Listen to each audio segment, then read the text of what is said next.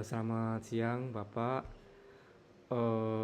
Sebelum saya mulai wawancara pada hari ini, mungkin dari Bapak bisa melakukan perkenalan dulu secara singkat dari nama, sudah bekerja di perusahaan ini berapa tahun, lalu jabatannya apa? Selamat siang, nama saya Yunus. Eh, Pekerjaan saya kebetulan di event organizer, menjabat di kreatif dan produksi. Eh, saya sudah bekerja kurang lebih 12 tahun di event organizer.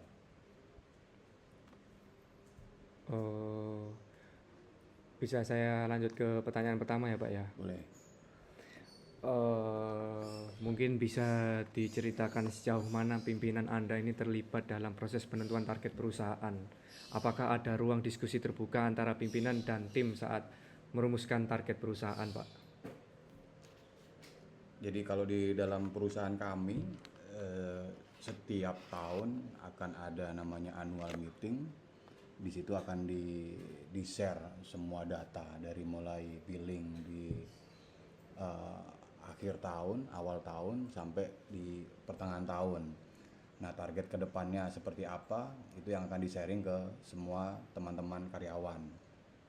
Di situ kita akan merumuskan kira-kira target tahun ini seperti apa dan bagaimana untuk mencapai target tersebut. Jadi semua karyawan diharapkan adalah speak up, mencurahkan semua ide dari mulai mencari billing, eksekusi billing, sampai finishing billing. Nah, kira-kira bisa mencapai target apa tidak. Nah, itu yang akan dianalisa sama perusahaan, terutama sama pimpinan. Eh, apakah ada ruang diskusi terbuka ya? Apakah pimpinan ini juga sangat terlibat dalam menentukan target dengan seluruh tim? Pastinya akan sangat terlibat, cuman semuanya adalah azasnya adalah musyawarah untuk mufakat. Jadi tidak semata-mata adalah keputusan dari pimpinan, tapi melibatkan semua tim, semua elemen. Jadi untuk hasil akhirnya akan ditentukan sama pimpinan. Jadi bukan pimpinan yang akan menentukan, tapi karyawan yang menentukan. Hasil akhirnya pimpinan yang akan menentukan dari semua diskusi tersebut. Lalu keterlibatan pimpinan dalam menentukan target ini bagaimana bisa memengaruhi motivasi dari Pak Yunus? Pastinya kalau motivasi akan banyak-banyak hal yang disampaikan. Yang pertama adalah reward. Nah, di dalam setiap perusahaan pasti akan ada reward ketika kita achieve billing istilahnya. Nah, kalau memang dari setiap individu bisa achieve di dalam KPI-nya, pastinya akan ada reward. Nah, itu yang mungkin jadi pemicu dari teman-teman dan pribadi saya. Terutama bonus-bonus di tengah bulan, di akhir tahun, di tengah tahun. Nah, kayak gitu-gitu yang akan memicu teman-teman untuk berkompetisi nyari billing. Eh, Lalu menurut Pak Yunus ini bagaimana cara pimpinan menjelaskan visi dan arah perusahaan kepada seluruh karyawannya? Apakah penjelasan itu memengaruhi cara Anda bekerja dalam kesehariannya? Lalu bisa diberikan contoh konkretnya, Pak? eh Visi dan misi perusahaan pasti pasti akan berbeda-beda. Cuman yang terjadi di lingkungan kita di perusahaan kami, visi dan misinya adalah jelas, mencari target untuk jadi klien, terus mengeksekusi dengan baik, terus gimana caranya klien adalah repeat order. Nah, visinya pastinya akan sama semua. Intinya gimana caranya meningkatkan billing. Contoh konkretnya adalah ada suatu pekerjaan, di situ kita dikasih target. Kira-kira dari satu klien ini bisa mendapatkan billing berapa dan evaluasi dari klien apa, dan kira-kira dia akan repeat order nggak. Nah, itu yang akan direview sama perusahaan. Secara eksekusi kita baik atau tidak. Lalu bagaimana strategi yang ditetapkan pimpinan ini diterjemahkan ke dalam rencana kerja harian tim Anda? Apakah strategi tersebut itu relevan dengan situasi di lapangan dan mudah dipahami oleh seluruh tim operasional? Kadang strategi itu by the book kadang. Cuman apa yang terjadi di lapangan itu adalah dibalikin lagi ke tim, ke saya pribadi. Apakah kita bisa beradaptasi? Apakah kita bisa menerjemahkan sistem tersebut? Kadang kan tidak semuanya, tidak semua teori itu bisa dijalankan di lapangan. Nah, itu yang menjadikan kita lebih untuk berkompetisi dan berkompeten. Kita bisa nggak menerjemahkan teori tersebut? Teori dan strategi yang ditetapkan ini tapi tetap masih relevan ya Pak ya. Tapi kadang juga masih ada teori yang belum dipahami oleh tim operasional di lapangan ya. Sistem dan strategi pastinya akan sangat relevan karena semuanya adalah berdasarkan data terbaru, berdasarkan teori. Jadi semuanya adalah relevan tergantung dari pengembangan setiap individu untuk mengeksekusinya. Dia akan textbook banget atau memang akan beradaptasi dengan teori-teori tersebut sesuai dengan yang apa terjadi di lapangan. Jadi tidak semuanya kita baca tiba-tiba terjadi di lapangan hal yang berbeda sesuai teorinya dan kitanya tidak bisa beradaptasi. Nah, itu yang menjadikan kita kadang susah untuk berkembang. Yang terpenting dari pimpinan ini sudah menerapkan strategi yang sangat jelas ya untuk seluruh tim operasional ya. Pastinya sangat jelas karena hubungannya sama target perusahaan, jadi pasti jelas. Jadi tergantung dari setiap individu, setiap tim untuk bisa menjalankan atau tidak. Lalu apa saja langkah nyata yang dilakukan pimpinan untuk menciptakan suasana kerja yang nyaman dan harmonis di tim Anda? Dan bagaimana pengaruhnya terhadap semangat kerja tim?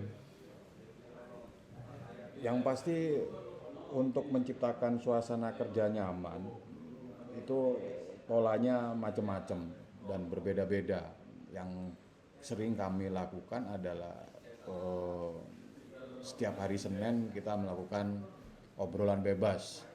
Obrolan bebas ini yang pasti untuk mendekatkan sesama tim, mendekatkan antara karyawan dan pimpinan, terus ngebahas semua hal-hal yang berhubungan dengan pekerjaan, tapi sifatnya adalah chill, santai.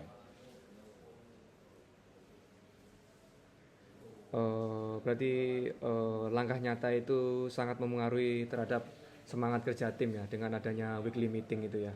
Sangat karena di situ kan semua orang ada keterbukaan. Kadang di sela-sela itu kalau memang sudah waktunya makan siang ya kita makan siang bareng dan di situ bisa kita sedikit kontai, sedikit santai lah jadinya. Jadi tidak melulu meeting itu harus selalu serius.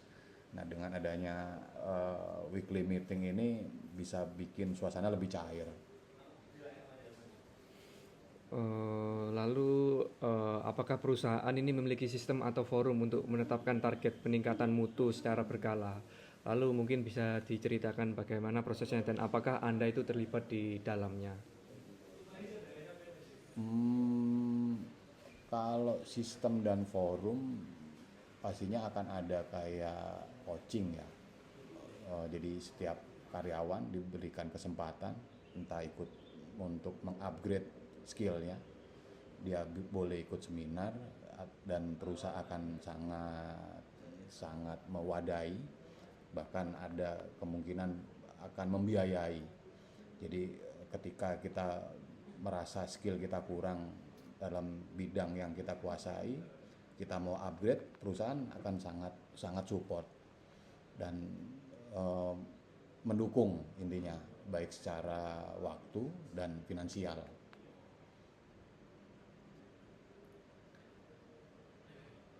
Bagaimana bentuk upaya peningkatan mutu layanan atau produk di perusahaan Anda? Apakah ada mekanisme review atau perbaikan setelah sebuah proyek itu selesai?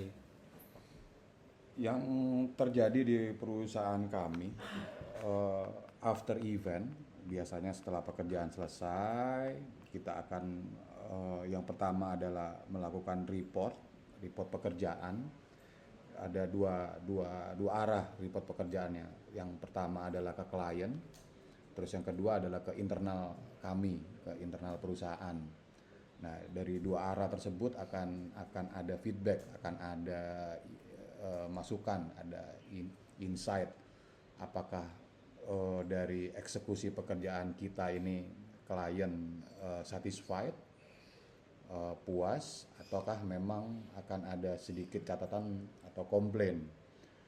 Nah, ketika dari klien tadi sudah ada insight, itu akan kita bahas juga di internal meeting kita setelah event.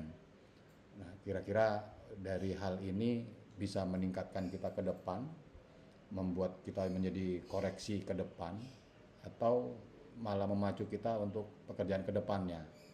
Jadi dalam satu pekerjaan memang tidak akan pernah 100% mulus.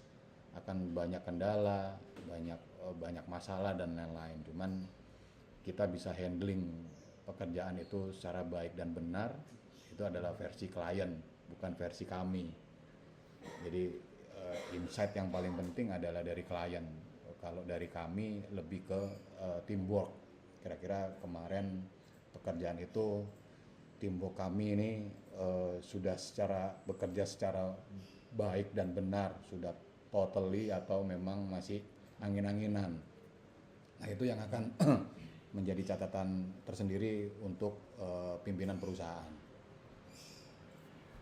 Berarti upaya-upaya tersebut itu dilakukan dengan output untuk peningkatan kualitas secara berkesinambungan ya Pak ya. Dan Betul. perbaikan itu nanti diterapkan di proyek-proyek selanjutnya. Betul. Lalu bagaimana perusahaan ini menetapkan sasaran atau target kerja untuk setiap posisi di perusahaan? Apakah Anda merasa target yang diberikan itu relevan dan dapat dicapai ya Pak? Kalau berbicara target, relevan dan tidaknya itu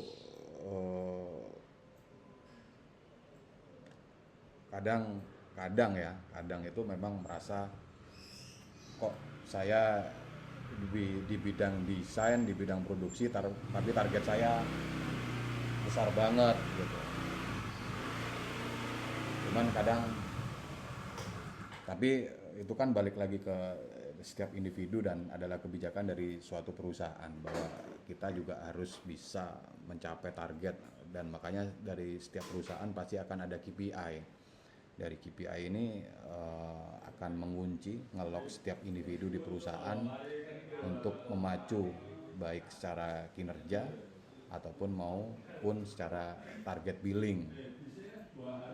Jadi kalau dibilang relevan dan tidak, itu dibalikin lagi ke individu masing-masing, karena pastinya setiap perusahaan akan punya kebijakan tersendiri, pribadi pun pasti akan merasa punya kebijakan sendiri.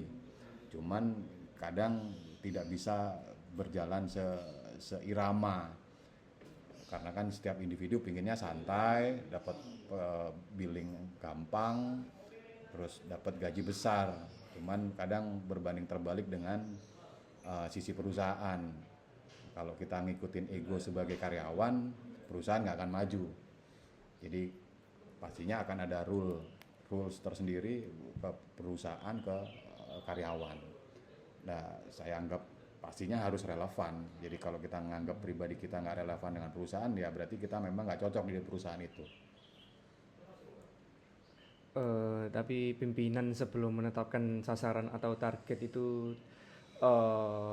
by data, maksudnya secara subjektif ya, dari kemampuan Betul. setiap posisi itu. Betul. Sebelum ditetapkan. Jadi tidak mungkin seorang desainer, yang biasanya mengerjakan produksi disamakan dengan tim marketing. Karena kan memang kalau tim marketing hubungannya dengan klien, dengan konsumen. Kalau saya pribadi lebih banyak di back office. Nah, gimana caranya itu dibalikin lagi ke kita untuk tetap dapat billing. Cuman pastinya dari pimpinan terutama perusahaan akan melihat faktor-faktor tersebut. Jadi tidak semua disamaratakan target dan pencapaian billingnya. Bisa saya lanjut ke pertanyaan berikutnya ya Pak ya. Silakan. Dalam penentuan sasaran kerja, apakah pendapat Anda sebagai eh, tim di perusahaan ini pernah diminta, dan seberapa besar pengaruh suara Anda ini terhadap keputusan akhir, Pak? Eh, Kalau dibilang keputusan saya berpengaruh atau tidak, karena ini adalah teamwork, adalah yang dipakai adalah bukan siapa yang full power atau jabatan tertinggi, tapi dari kreativitas setiap orang, baik itu dari jabatan middle manager atau dia staff. Tapi kalau memang idenya bisa membuat pekerjaan itu lebih kreatif, lebih bagus, itu yang akan diambil. Jadi bukan, karena ini adalah kita kerja teamwork, bukan kerja individu. Jadi itu yang diambil sama pimpinan dan perusahaan pastinya. Tapi setiap karyawan di perusahaan ini mendapat kesempatan yang sama ya untuk menyuarakan Betul, suara betul, untuk menemukan hasil keputusan akhirnya ya. betul. Jadi semua tim, semua karyawan akan terlibat dalam pengambilan keputusan. Dalam tanda kutip adalah keputusan untuk suatu pekerjaan ya. Jadi tidak otoriter lah bahasanya. Jadi tidak karena jabatannya tinggi dia berhak untuk menentukan idenya dia yang harus dipakai. Tapi kalau selama itu memang kreatif dan bisa bikin pekerjaannya lebih bagus, lebih kreatif, ya itu yang akan kami ambil. Eh, Bisa diceritakan bagaimana perusahaan ini mengenali kebutuhan dan ekspektasi pelanggan, atau dalam bahasa perusahaan jasa ini klien ya Pak ya, baik di awal proyek maupun sepanjang prosesnya. Apakah pendekatan tersebut itu berubah sesuai dengan jenis kliennya? Setiap klien punya tipikal dan setiap klien pastinya akan dilakukan pendekatan dengan hal-hal yang berbeda karena memang tidak sama antara klien A, B, dan C. Nah, untuk bisa kita tahu kemauan klien dan kemauan konsumen, maka akan ada pendekatan dari mulai pra-event, dari mulai pra-pekerjaan, sampai akhirnya kita mendapatkan insight apa yang dimauin sama klien. Nah, dari proses itu nanti akan kita buatkan ide kreatif. Dari ide kreatif itu kita akan share lagi ke klien, ke konsumen. Kira-kira ada feedback apa dan kira-kira kekurangannya di mana. Jadi dari proses itu biasanya akan sangat panjang karena kan dari ide kreatif itu adalah menentukan dari hasil akhir suatu project. Nah, dari situ kita ada keterbukaan dengan klien. Jadi maunya klien itu gimana, terus kira-kira sukanya apa, dan objektifnya klien kemana. Nah, itu yang kadang prosesnya paling panjang. After event, setelah pekerjaan, kita akan mengharapkan adalah insight dari klien. Kira-kira dari mulai proses awal sampai akhir, menurut klien, menurut konsumen, gimana eksekusi perusahaan kami. Nah, itu yang paling penting, hasil akhirnya tadi. Dan itu adalah sangat objektif karena apa yang diberikan sama klien, apa yang diinformasikan sama klien, itulah yang akan jadi feedback baik baik buruk itu adalah hal yang kita harus terima. Berarti pendekatan untuk mengidentifikasi semua kebutuhan dari klien itu tentunya berbeda-beda ya Pak ya. Berbeda-beda, sangat beda, tergantung dari kliennya. Dan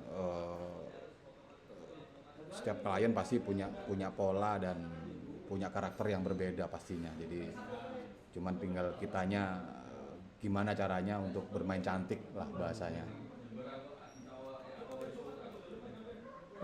Seberapa mudah klien ini menyampaikan masukan atau keluhan? Lalu media apa yang biasa digunakan dan bagaimana respon tim OMD ini terhadap masukan atau keluhan tersebut? Kalau media yang sering kita pakai adalah pastinya adalah WhatsApp group, itu sangat membantu. Terus yang kedua adalah pendekatan secara personal dari klien ke kami.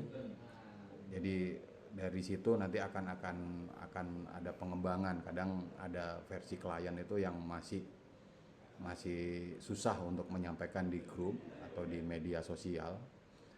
Tapi ketika kita melakukan pendekatan personal baru akan keluar unek-uneknya, apa yang dia mau, apa yang dia pingin, apa yang dia tuju. Nah, kadang pendekatan personal ini yang membutuhkan sedikit waktu dan kesabaran dari tim, karena kayak kita ngomong anak kecil jadinya gitu. Karena pastinya klien adalah raja. Jadi kadang kita juga harus sabar, kadang kita juga harus ngerti apa yang dimau klien. Jadi bukan mengedepankan ego, bukan mengedepankan apa yang kita mau, tapi apa yang klien mau. Dan kadang klien cuma ngasih clue dan clue. Jadi kadang abu-abu. Nah, tinggal pinter-pinternya kita untuk bisa menjabarkan apa yang dimauin klien. Ya memang butuh proses dan butuh waktu. Cuman alhamdulillah selama ini kita berjalan smooth dengan beberapa klien. Apabila terjadi keluhan dari klien, bagaimana langkah penyelesaiannya? Apakah ada alur formalnya dan apakah solusi itu biasanya disepakati bersama dengan klien? Kalau ada keluhan dari klien, yang pasti akan ada forum terbuka. Jadi akan ada forum terbuka antara klien dengan timnya dan OMD dengan timnya, dan itu adalah forum terbuka. Mereka akan menyampaikan semua evaluasi dari suatu pekerjaan. Dari situ akan ditindaklanjuti dengan email resmi. Apakah pekerjaan ini adalah well done atau memang akan banyak catatan. Untuk penyelesaiannya biasanya kita akan melakukan konfirmasi ulang, baik secara data, bukan mencari siapa yang benar siapa yang salah, tapi kita coba mengorek data. Kira-kira dari ke belakang itu ada yang miss atau tidak.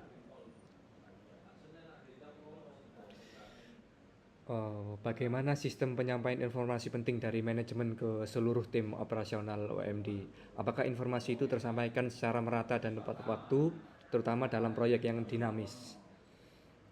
Penyampaian informasi pastinya akan sangat kontinu ya, akan sangat berkelanjutan. Jadi hampir dari manajemen itu akan menyampaikan semua hal informasi, flow eventnya sampai update suatu pekerjaan day by day-nya.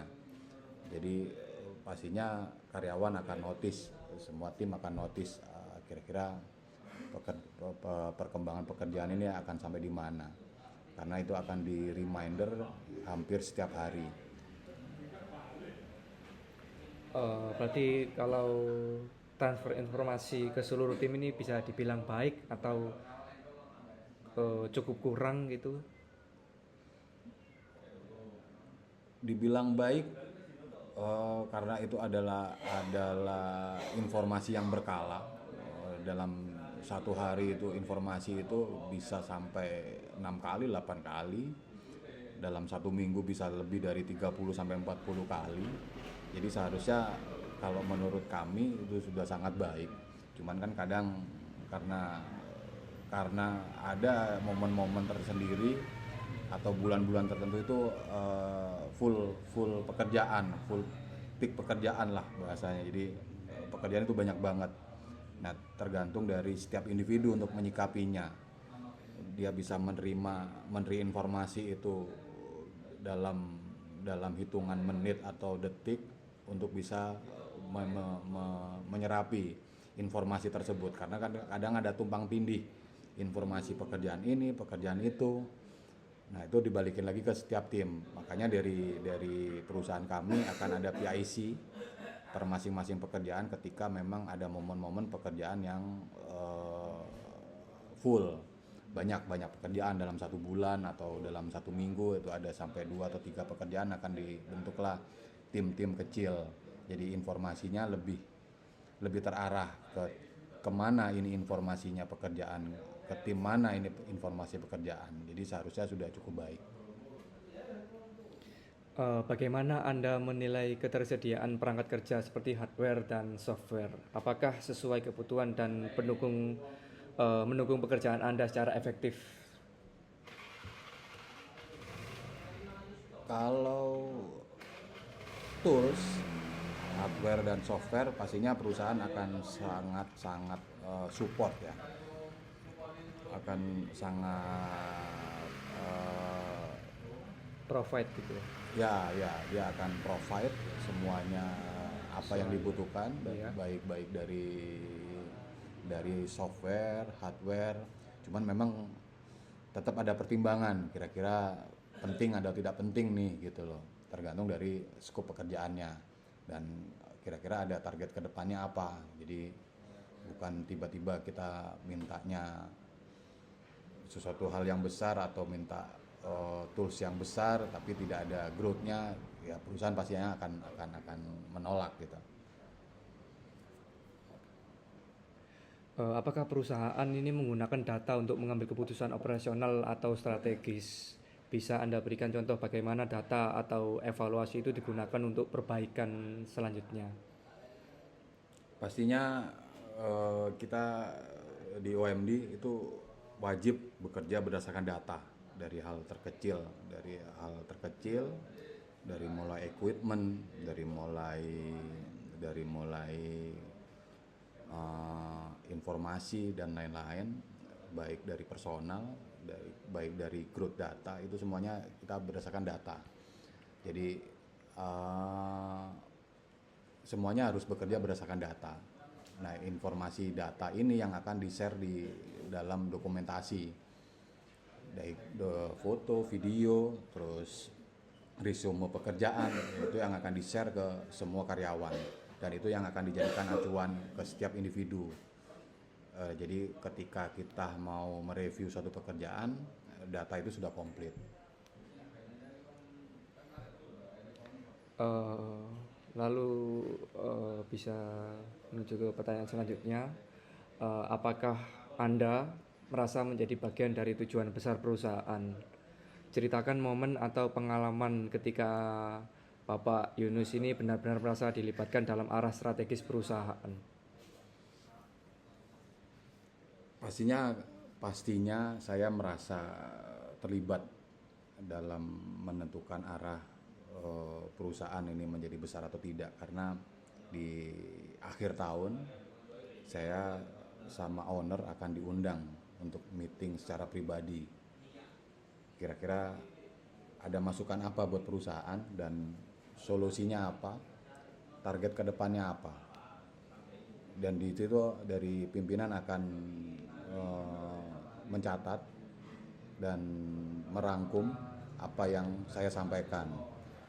Dari semua rangkuman tersebut akan disampaikan di meeting awal tahun. Jadi saya sangat merasa terlibat dalam menentukan arah perusahaan.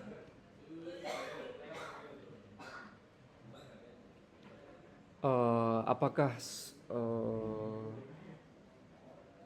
itu berlaku untuk karyawan lainnya untuk keterlibatan dalam tujuan perusahaan? Honestly, saya kurang paham. Saya kurang paham karena yang pastinya akan ada invite meeting personal dan itu adalah pribadi. Jadi saya jujur saya kurang paham apakah tim yang lain akan di invite meeting tersebut atau tidak karena itu adalah sifatnya rahasia.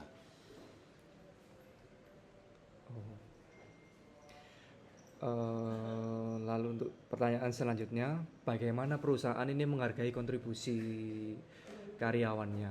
Apakah penghargaan tersebut itu berupa finansial atau juga dalam bentuk pengakuan non material? Kalau di pengakuan non material pastinya adalah di bidang jabatan. Jadi ketika dilihat dalam 1 tahun dia bisa achieve atau bisa mencapai target, pastinya dia akan segera naik jabatan dan pasti akan berbanding lurus dengan pendapatan. Jadi baik material dan non material pastinya dia dapatkan. Jadi bukan hanya gaji, tapi juga akan jabatan yang dia terima. Plus dengan beberapa tambahan bonus-bonus yang lain pastinya.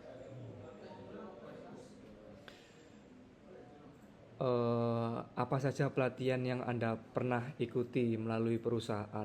Menurut Anda, apakah pelatihan tersebut itu mendukung peningkatan kualitas kerja dan pengembangan pribadi?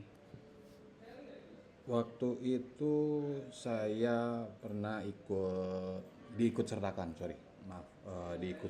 dalam seminar dan coaching klinik untuk program 3D SketchUp oleh perusahaan.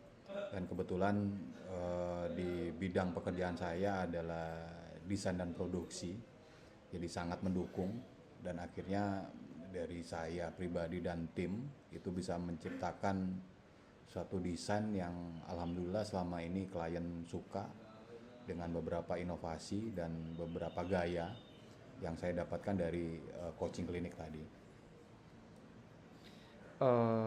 Dari salah satunya coaching klinik itu tadi sangat mendukung peningkatan kualitas kerja Bapak Yunus ya, dan untuk pengembangan pribadi. Betul. Jadi saya banyak belajar cara mengolah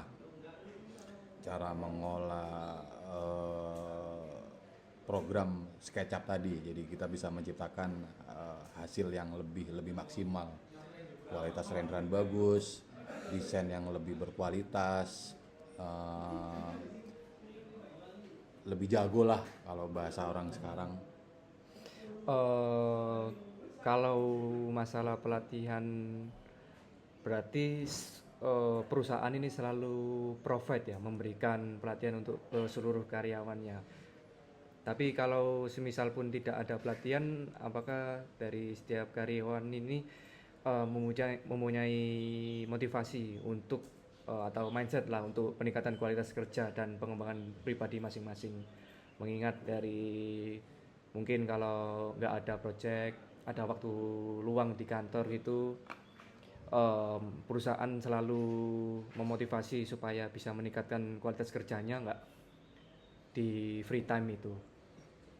Karena kita bidang pekerjaannya dalam dunia event yang bukan notabene setiap hari akan ada pekerjaan, jadi pastinya akan ada waktu-waktu tertentu di mana tidak ada sama sekali tidak ada brief atau pekerjaan yang masuk. Nah di situ dari pimpinan, terutama pimpinan perusahaan itu akan menyarankan dan mewajibkan tim untuk mengupgrade secara pribadi, Soft skill terutama. Betul. Jadi ketika memang tidak ada pekerjaan, kita wajib dari mulai nyari referensi atau memang dia mengupgrade kira-kira kemampuan saya untuk bisa mendesain itu segimana. Jadi kalau memang ada peluang untuk mengikuti seminar-seminar itu dipersilakan oleh perusahaan. Apakah Anda merasa proses kerja harian di perusahaan ini sudah mencerminkan visi perusahaan? Lalu bagaimana keterkaitan antara SOP, arahan manajemen, dan eksekusi lapangan? Di dunia pekerjaan event SOP-nya sebenarnya simple. Semuanya adalah deadline. Jadi tidak ada SOP yang seperti PNS. Dia harus gini, dia harus gitu, tidak ada. Jadi target dari SOP dari setiap karyawan di sini adalah deadline. Jadi bukan datang yang pasti adalah di pagi jam 9 itu udah paling telat. Selanjutnya adalah terserah. Yang penting deadline clear dan hasil maksimal. Jadi SOP-nya jelas. Yang sisanya adalah gimana kreativitas kita. Lalu kalau dari saya sendiri, dari skala nilai 1 sampai 10, proses kerja seluruh karyawan di perusahaan ini apakah sudah terintegrasi dengan visi perusahaan? Kalau dinilai dari 1 sampai 10, dari Bapak Yunus bisa dikasih nilai berapa? Ini untuk overall dari seluruh tim di perusahaan ini. Kalau saya ngomong 10 kayak naif banget. Jadi pastinya 8 udah cakep, karena kan kalau kita ngomong angka 9 itu sudah hampir mendekatin 10, berarti sudah perfect banget gitu loh. Tapi kalau udah ngomong 10 itu naif lah, karena pasti ya selalu dalam satu perusahaan pasti ada celah. Buat saya pribadi angka 8 udah cantik. Berarti nilai 8 untuk proses kerjanya ini sudah terintegrasi dengan visi ya perusahaan ya. Betul, Nilai betul. 8. Lalu bagaimana perusahaan ini mengelola aspek keamanan kerja, terutama saat menangani proyek besar atau teknis? Apakah standar keselamatan itu diterapkan dengan konsisten? Wajib. Masalah keselamatan kerja adalah nomor satu di kami. Apalagi sekarang sudah banyak campaign, terutama di perusahaan-perusahaan besar adalah wajib ikut safety briefing, wajib pakai peralatan keselamatan kerja dan lain-lain.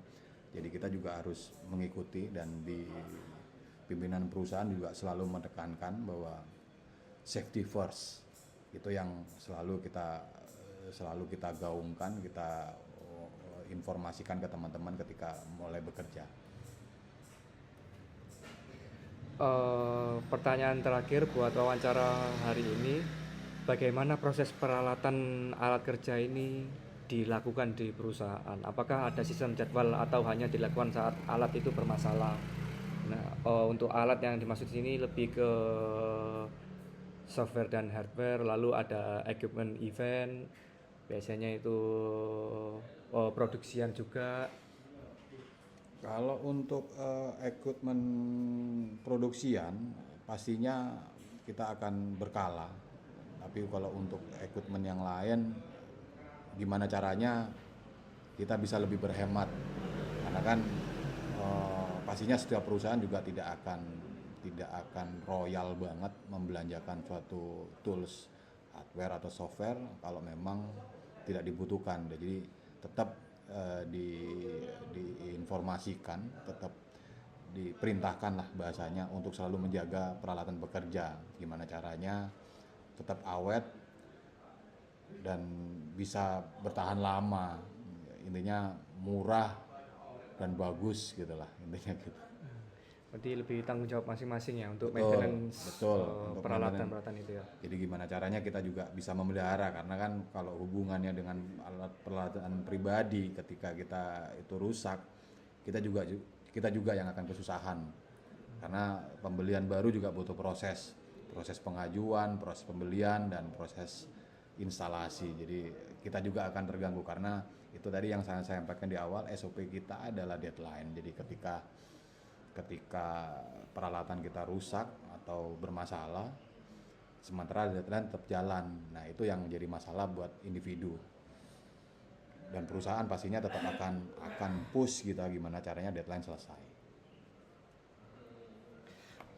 Mungkin cukup sekian Pak Yunus untuk wawancara hari ini. Terima kasih atas waktunya. Oke, Semoga hasil wawancara dan hasil tugas akhir ini bisa bermanfaat buat perusahaan sama-sama. kedepannya. Oke, Terima kasih Pak. terima kasih.